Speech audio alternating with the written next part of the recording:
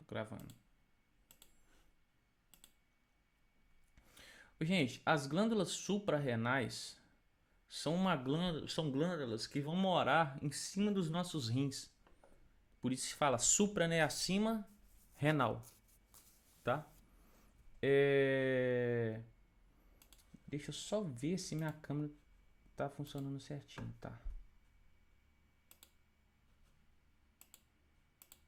Então as glândulas suprarrenais são glândulas que moram em cima dos rins, tá? E elas vão produzir hormônios como adrenalina e noradrenalina, que vão ser liberados quando a gente está em situação de estresse, tendo a função de acelerar os batimentos cardíacos, aumentar a pressão sanguínea. Porque o que acontece? Se aumenta o meu batimento cardíaco, o coração é uma bomba, bombeia o sangue. Então, se o meu coração bombeia o sangue de uma forma mais intensa, o sangue vai passar pelos vasos sanguíneos com mais força. Entende? Então, a força que o sangue faz nas paredes das artérias e das veias é o que nós chamamos de pressão sanguínea, tá? Então, se meu coração aumenta o batimento cardíaco, ele faz o sangue ser bombeado mais rápido e com mais força. Então, naturalmente, o sangue, ao passar pelos vasos, faz mais força. Isso é o que nós chamamos de pressão sanguínea, tá? E, além disso, eles promovem a dilatação da pupila. A pupila é a bolinha preta do zóio.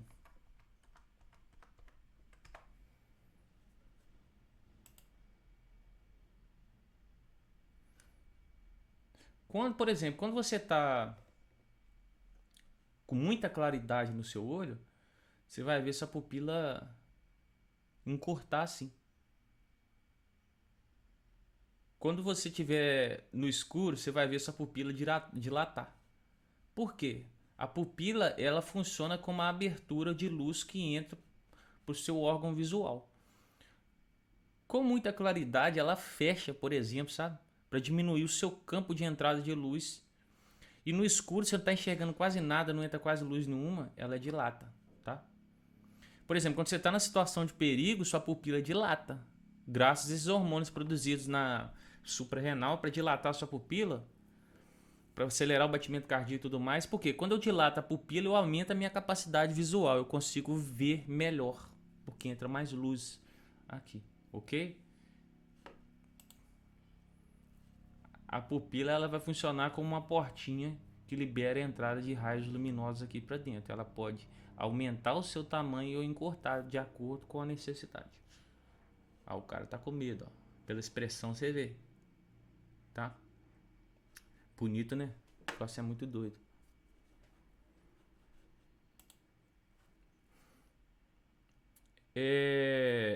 E também esses hormônios ajudam a dilatar os brônquios, ou seja, eles trabalham muito na hora que você está em situação de perigo. Ou na síndrome do pânico, né? Que eu já comentei com vocês, que é quando a gente passa a ter... Nosso corpo entra em reações de perigo sem ter perigo nenhum, né? É uma disfunção. Às vezes seu corpo ele funciona como se tivesse um tigre atrás de você e não tem nada. Tá? Isso é o que é a famosa síndrome do pânico. As suprarrenais produzem ainda os corticoides que regulam os processos inflamatórios do nosso corpo. Estão relacionados com a disponibilidade de glicose no sangue, tá? E os hormônios sexuais também, como testosterona, estrógeno, tá? Também são produzidos nessas glândulas. Esses hormônios sexuais são produzidos tanto no testículo quanto no ovário e também um pouquinho nessas glândulas. Os corticoides são hormônios que vão ser liberados quando você tem algum tipo de inflamação no seu corpo, tá? Para inibir o processo inflamatório, tá? Então, se vocês quiserem anotar, você coloca assim, ó, adrenalina e noradrenalina. Hormônios que participam de situações de estresse, né? Corticoides, hormônio que inibe a inflamação. E os androgênios são hormônios sexuais, como a testosterona e o estrógeno. Alguma dúvida, pessoal?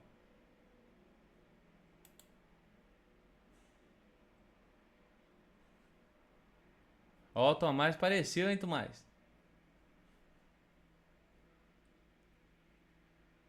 Ninguém tem dúvida, não? Tá de boa? É, sei.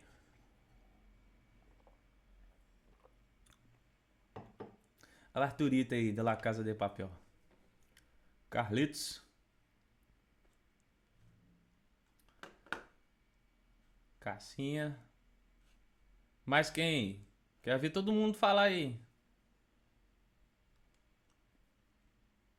Sofia, Lucas, Henrique, Escravon, Maria Fernanda, Igor. Cadê o Hugo desse? Yasmin, Manu. E a Maria? Lá na minha planilha tem a Maria. Ela tá na sala?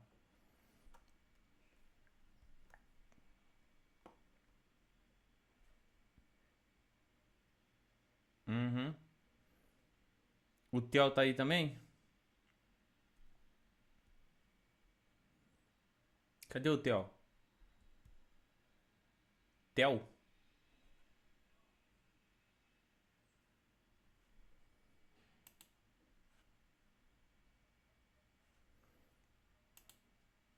Opa.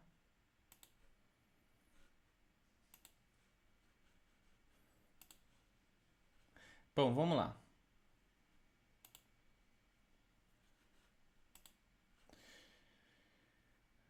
O pâncreas, cara, é um órgão muito multifuncional, tá? O pâncreas eu vou usar aqui as folhas para nós explicarmos o conjunto da obra. Todo mundo vendo aqui? Confirme, por favor, só pra gente não passar batido. Alguém fala aí, tá ok.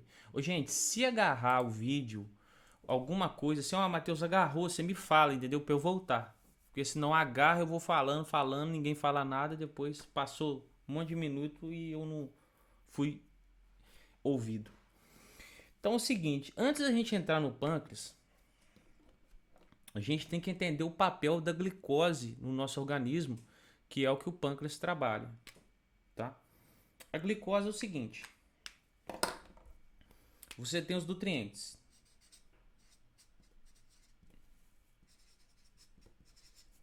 Como? Lipídios, que são as gorduras, proteínas e os carboidratos. Tá?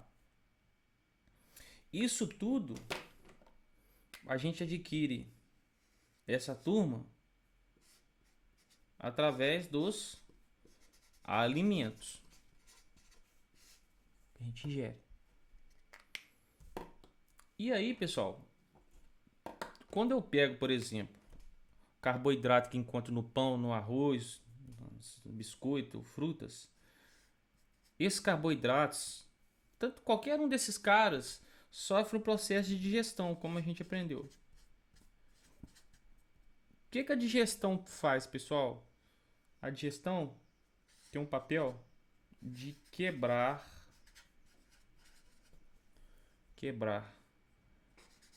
moléculas grandes em moléculas pequenas. Ok?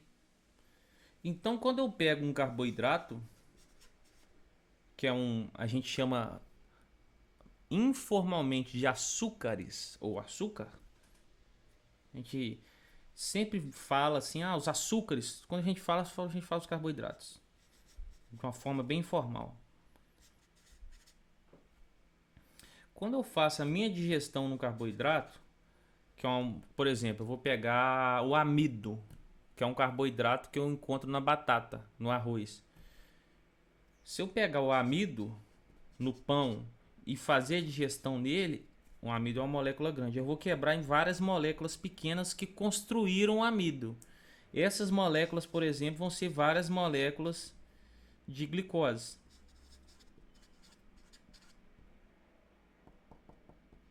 Alguma dúvida?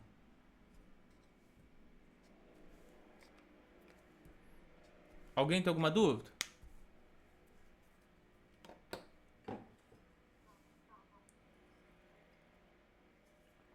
Se alguém tiver, por favor, me fala aí pra gente não ir pra frente à toa, né? Importante é você ficar sabendo, não é ir pra frente não. Tá. Então, uma vez que eu comi carboidratos no arroz, no feijão, no biscoito, no todinho, no chuco, no suquinho, os carboidratos, após a digestão, né, eles vão ser quebrados em moléculas menores, a exemplo da famosa glicose. E a famosa glicose, ela cai no nosso sangue, na nossa corrente sanguínea. Por quê, pessoal? O sangue ele distribui, né, esses nutrientes para todas as células do corpo. E o sangue o que ele vai fazer? Vai levar a glicose para as células. Rapaz, células é fogo. Células.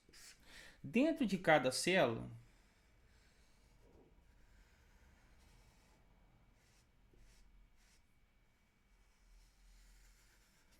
nós temos aquela organelazinha lá, conhecida como mitocôndria. O que a mitocôndria faz, pessoal? A famosa, que eu falo igual pobre na chuva. Respiração celular. O que a respiração celular faz, pessoal? Pega o oxigênio também que é carregado pelo sangue, mais a glicose, tá? Faz essa reação química conhecida como respiração celular, que é usar o oxigênio para quebrar a molécula da glicose. E como resultado dessa atividade,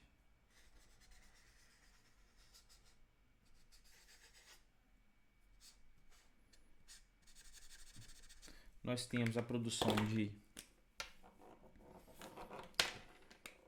energia,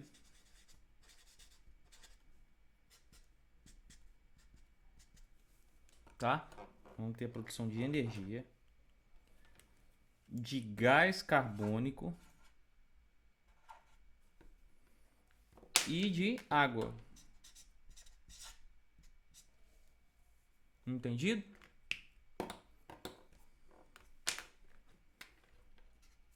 Então, a função da glicose no nosso organismo é essa. E aqui, cara, está o ponto principal, a energia. Porque sem essa energia, as próprias células não conseguem funcionar e todas as milhões de células do seu corpo. Então, alguma dúvida em relação à importância do papel da glicose? Alguém tem dúvidas? Hablas comigo.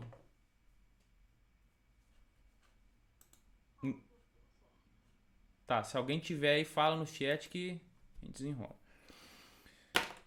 Tá dando pra entender desse formatinho aqui, galera? Tá legal de ir escrevendo, fazendo esqueminha?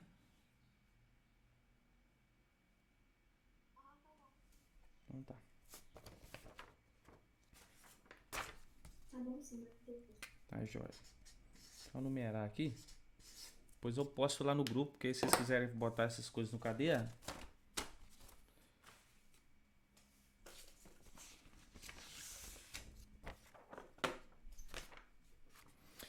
E a glicose, ela tem esse lado bom, mas ela tem um lado ruim.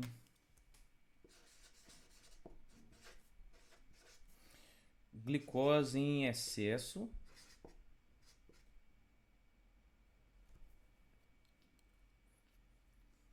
Ih, rapaz, deu um branco aqui como é que escreve excesso. Excesso.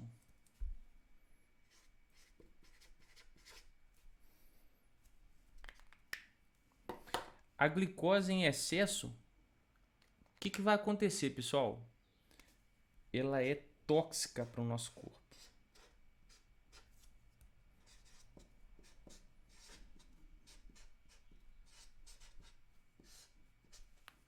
Tá? Ela é tóxica.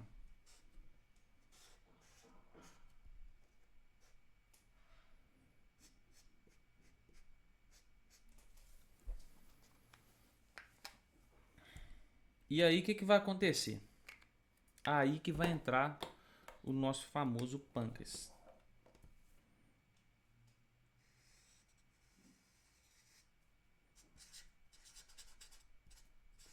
O pâncreas, o engraçado é o seguinte, ele é uma glândula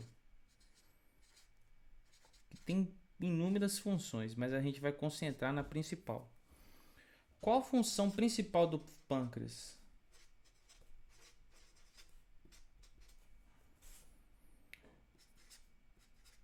Produzir dois hormônios.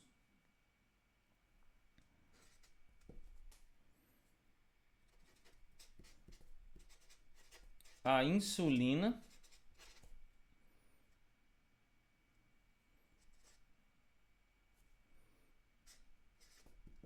e o glucagon.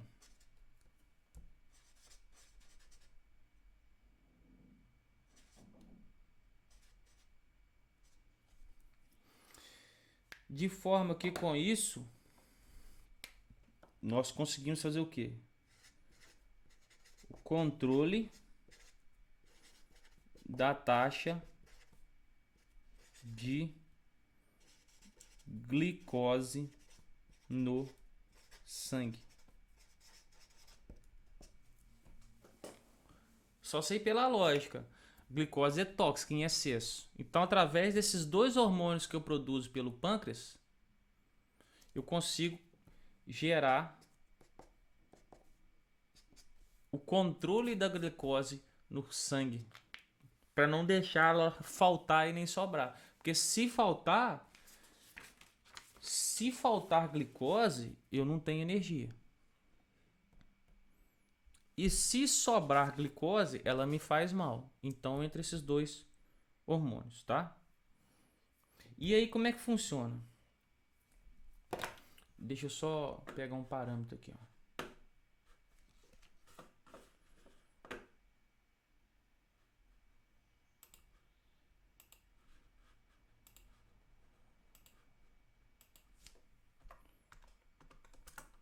Pega um parâmetro de exame de sangue.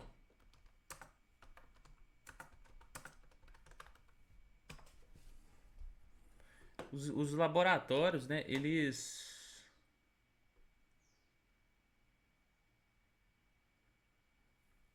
usam alguns parâmetros, né, para medir a taxa de glicose. Tanto é quando a pessoa passa a ter glicose em excesso constantemente, ela é caracterizada com a doença diabetes. Quando a pessoa tem um problema também que a glicose dela está sempre abaixo do que precisa, ela é caracterizada com uma doença chamada de hipoglicemia. A internet não está ajudando, né? Ah lá.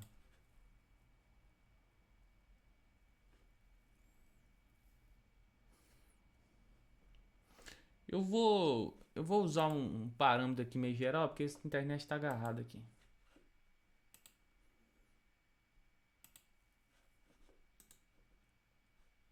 Não está ajudando. Então funciona assim. A minha glicose no sangue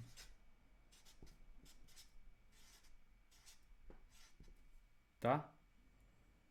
Ela tem que ficar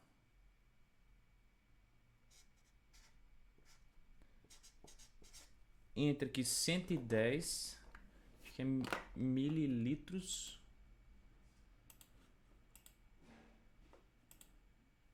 miligramas por decilitro. É a medida bem pequena.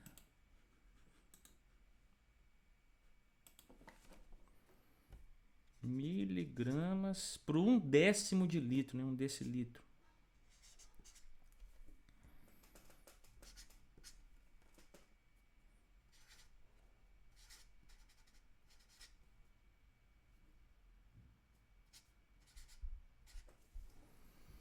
Então, o que acontece? Minha glicose tem que trabalhar dentro dessa faixa. Toda vez que ela ultrapassa esses valores, vem a insulina, que é produzida pelo pâncreas, tá? E faz ela voltar para faixas abaixo de 110. Como que a insulina faz isso, pessoal?